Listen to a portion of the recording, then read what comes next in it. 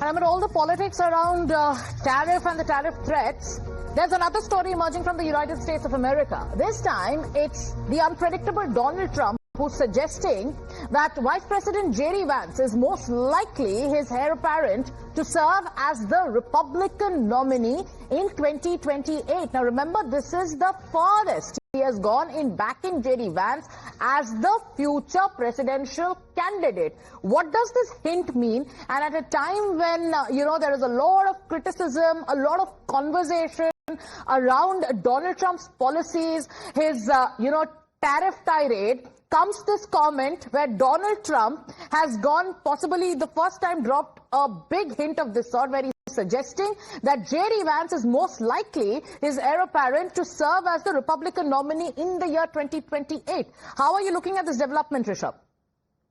Pardon my analogy, but a person who is more unpredictable than my pet cat is predicting his, heir apparent is something that is very, very interesting. He's saying this today.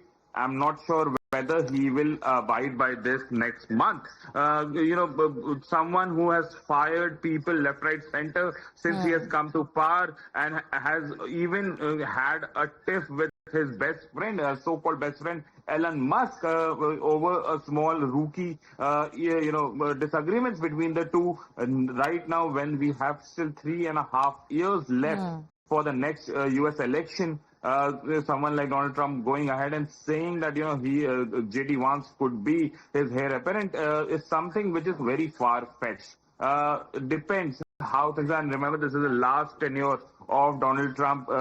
By the end of his tenure, how much of Republican support he will have is also a $1 million question, and all depends on what 2008 US will look like. The way tariff war is going on, the economy doesn't look very, blooming from here on, and a not so blooming economy won't give a Republican a chance to nominate a heir apparent for that matter. All right. Thank you, Rishabh, for analyzing that situation and getting us up to speed with all the latest developments. Viewers, it's time now for